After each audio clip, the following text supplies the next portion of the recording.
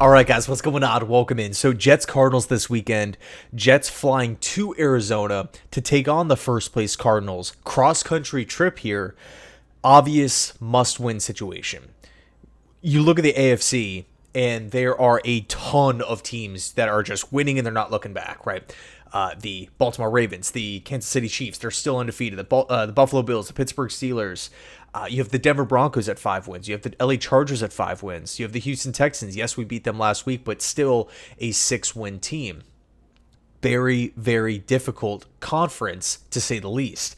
Now, the Jets, unfortunately, only have 3 wins on the year, and man, they have a massive test, an absolute massive test against the Arizona Cardinals. Jonathan Gannon, Kyler Murray. They've not only been impressive to Cardinals fans, but they've been impressive across the league. I mean, they're in first place right now in a very, very tight race in a division with 4 good teams.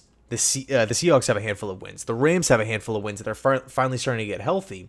The Niners have been up and down, but you still trust Shanahan. You still trust Purdy. You still trust the playmakers on that squad. So you got to imagine Arizona is going to be 1,000% locked in. And when I'm looking at the Arizona Cardinals team, for me, the thing that stands out is one-on-ones, right? I think the Cardinals possess a unique skill set on the offensive side of the football to where if they get their guys in one-on-one situations, they're going to win, I want to say, like 90% of the time, right? What am I talking about?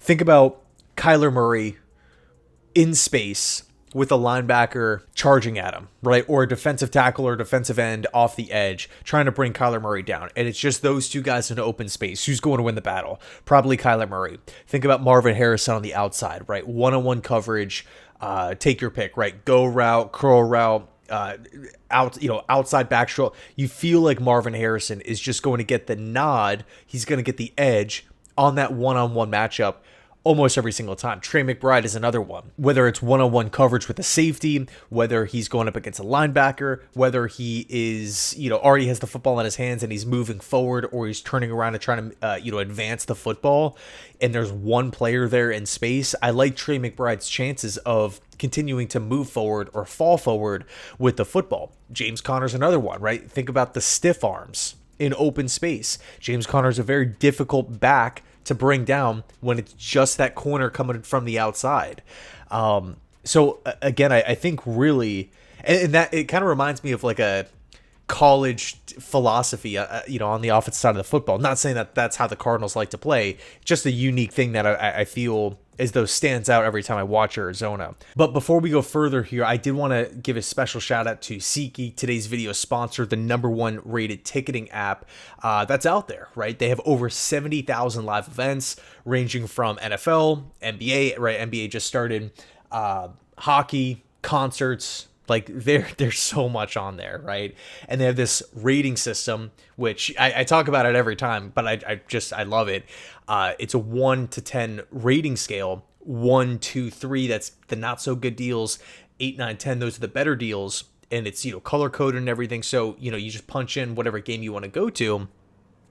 And each ticket, based off of price and seating position within the stadium, it'll spit out a number, right? There will be a number right next to each ticket, and you can pick it up and kind of feel better about your purchase. At least that's kind of, my experience with it. If I'm, checking out and I have tickets that are rated 9s or 10s, I feel pretty good as opposed to checking out with a 1 or a 2. So I kind of like that extra, information, those extra details, again, for me personally. But anyway, you can use my code Jetscentral for $20 off your first purchase with SeatGeek.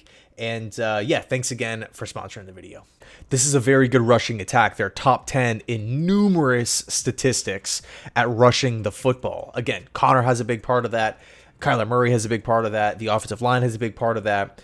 You never really know which direction the football is going to go when you have a quarterback as mobile as Kyler Murray, right? It could be down the field. It could be intermediate. It could be in the short passing game. You can hand it off either way. You can, hand it off from the inside to the outside, or Kyler Murray's scrambling abilities. It's tough. it's tough. And because of Kyler Murray's height, it's not like every defensive player on the field can just lock in and they're going to know exactly where Kyler is all the time. That's one of the benefits of having a shorter quarterback as opposed to, a Cam Newton, a Josh Allen, a Ben Roethlisberger, where they're just standing, a Joe Flacco, they're just standing tall in the pocket and everyone can identify where the quarterback is. I mean, you look at Kyler's size matched with his quickness and speed. I mean, he's like a blur out there. Not only are the Cardinals, again, a very good rushing attack, they average over 5 yards per rush. That is a ton. A freaking ton. What is that? I think that's second in football.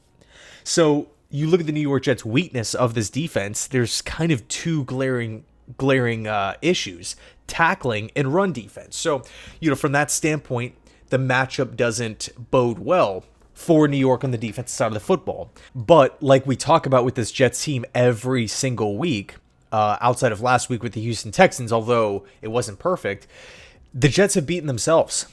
Patriots, Steelers, Bills, Broncos, Vikings. Like, the Jets are just like a walking issue. It's self-inflicted wound after self-inflicted wound. Penalties here, missed tackle there, delay of game here, wasting timeouts there, poor game plan, whatever. Bad throw, turnover, can't pass protect, whatever, fumble, drop passes. Like, it's just one issue after another. So, you got to imagine if the Jets clean these issues up, and again, we've been talking about it for weeks, so I don't really have much conviction in that. It's just the fact of the Jets, just make it so much harder for themselves every single week. Every single game, they make it harder for themselves. And if, again, just the facts here, if we take down those penalties, if we have some extra timeouts, if we limit the drop passes, if we can wrap up an open field, the Jets team would look a lot better. They would look a lot more functionable on Sunday, a lot more competitive. Now, it starts with, there's so much blame to go around. Coaching staff, coaching tactics, players. There's been questions about effort level. I've seen a lot of Jets fans talking about effort level with, in regards to tackling and whatnot. Joe Douglas actually met with the media yesterday and had a quote about the future of this season. Granted, he did sound pretty just beaten down. It wasn't an energetic press conference. It wasn't a press conference that was filled with fire, intensity, pride, energy. Not really at all. But Douglas, in regards to, again, the future of this season, Douglas said, hey, the opportunity, right, the goals of this team are still in front of them. Despite the slow, frustrating start, they can still go on a run. They can still go out there and seize victories. And of course, this is the NFL. Anything can happen. No matter the matchup, no matter, where these teams are playing or who you're playing against, whatever, anything can happen in the NFL. So yes, we have that argument, but ideally you don't want to be in this position as a Jets fan. So I'm hoping that we looked, that the Texans game kind of sparked something, and that we have a little bit more belief. We have extra days to prepare for the Arizona Cardinals, which I think is a positive. We've seen this Jets team in the past. I did a video the other day, on why the Jets cannot overlook the Cardinals. And the reason why I use that terminology is because the Jets, historically, under this regime, overlook the opponent post a big win / extra days to prepare. You always feel as though the Jets come out slow, sluggish, and confused. So I don't want them to do that this week. Obviously, it's a lot easier said than done. So we'll see, right? We'll see. I think keeping Aaron upright should be the priority. I think getting the football out of Aaron's hands should be the priority quickly in the play, and also feeding both running backs. So how do you think this game is going to go? Where do you stack up with it? Do you think the Jets have a chance? Do you think the Jets are going to win this one?